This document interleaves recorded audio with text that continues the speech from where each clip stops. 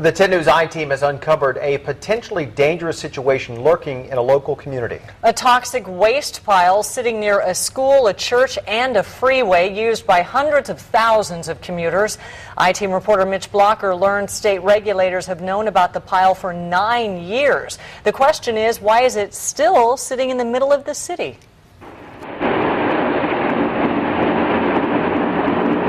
These massive machines have a heavy appetite, and it was machines like this that led to our investigation into this recycling yard in National City.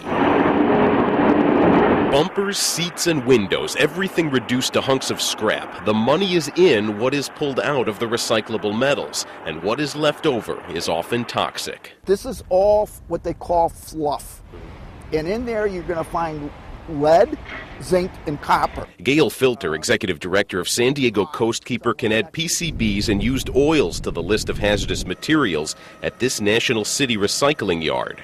There's the school. That's incoming Sky 10 video of the 500-student Kimball Elementary School. You can see the school here just blocks from that recycling yard. We'd asked Filter, who's a former environmental prosecutor, to help us decipher what's on the yard at 1700 Cleveland Avenue. What worries Filter is the same thing that worries substitute history teacher Ted Gottschalk, the effect on children at Kimball Elementary and the effect on nearby Paradise Creek Educational Park.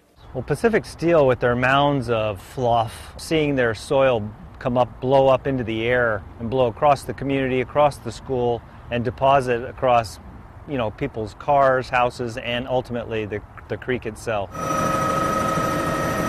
As Sky 10 hovered over Pacific Steel, the car shredder is now gone. Left behind are hills of fluff, or mounds of debris covered by these blue tarps. On this mound, the cover flaps in the offshore wind. When we follow the winds off the bay, we see what worried the history teacher and what concerns Filter.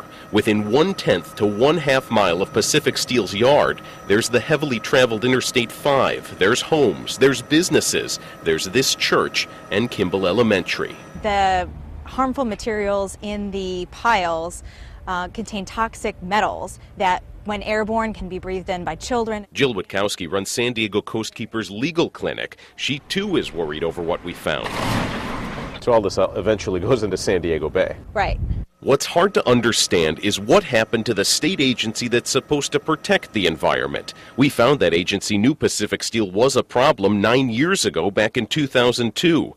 It was then the California Department of Toxic Substance Control accused Pacific Steel of imminent and substantial endangerment. The state wanted the piles of debris covered. That's when Pacific Steel tossed these blue tarps over the fluff. Then the state ordered the hazardous waste removed. But it's still here. There's absolutely no evidence that any of that stuff has ever been moved off the site.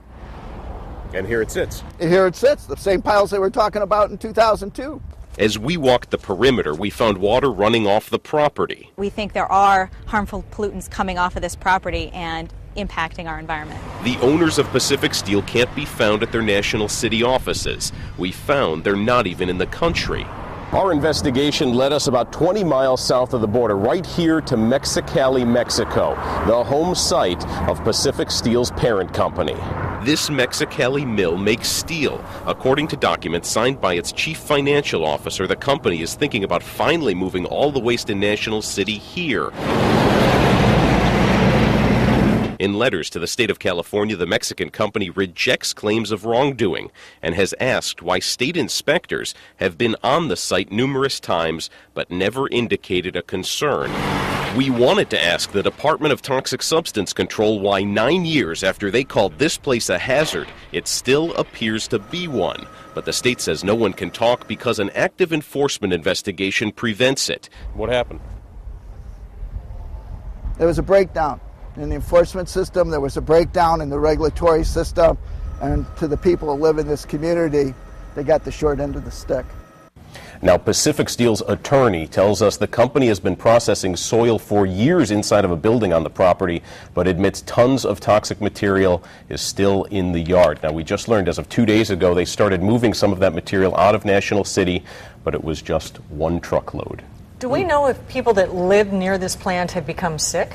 We have been told from some of the folks that we talked to during the story that there were some concerns of asthma, but very simply, there's just not specific enough health information to pinpoint the people around Pacific Steel and see if they had any specific health problems.